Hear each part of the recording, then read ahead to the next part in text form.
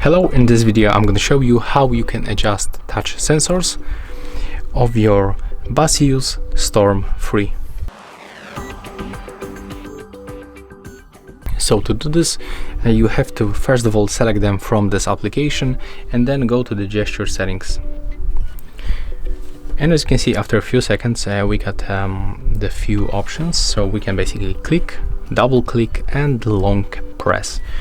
We can adjust, for example, maybe the double click on the right earphone.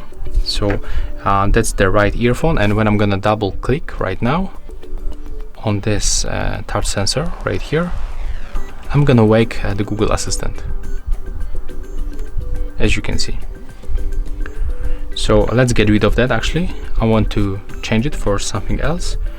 For example, I want to get the low latency mode.